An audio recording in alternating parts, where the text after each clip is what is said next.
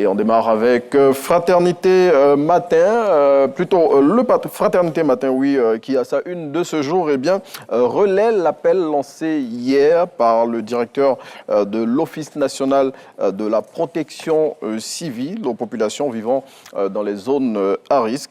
Selon le premier responsable de l'ONPC, qui était l'invité de la tribune Tout savoir sur du Centre d'information et de communication gouvernementale, de fortes pluies avec risque accru d'inondation sont annoncés pour cette saison.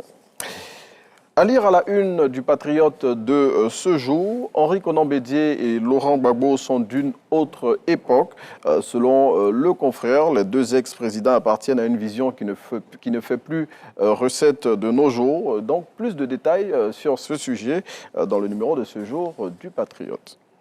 On continue de parler des présidents du PDCI et du PPACI avec le quotidien d'Abidjan, selon lequel Henri Konan Bédié, dans un message qu'il a envoyé à Laurent Gbagbo à l'occasion de la fête de la Renaissance organisée par le PPACI, l'a exhorté à rester courageux et déterminé dans le combat politique qu'il mène.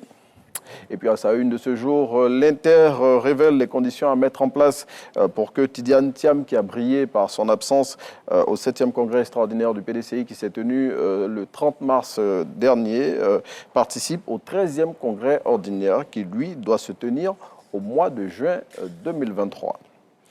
Et puis on referme la revue des Unes avec Soir Info. Soir Info plutôt, c'est ici qu'on a refermé la revue des Unes parce que Soir Info finalement parle de la même information que l'Office national de la protection civile. Donc ce serait faire bis repetita que de revenir sur ce sujet. Il est 7h10 en temps universel.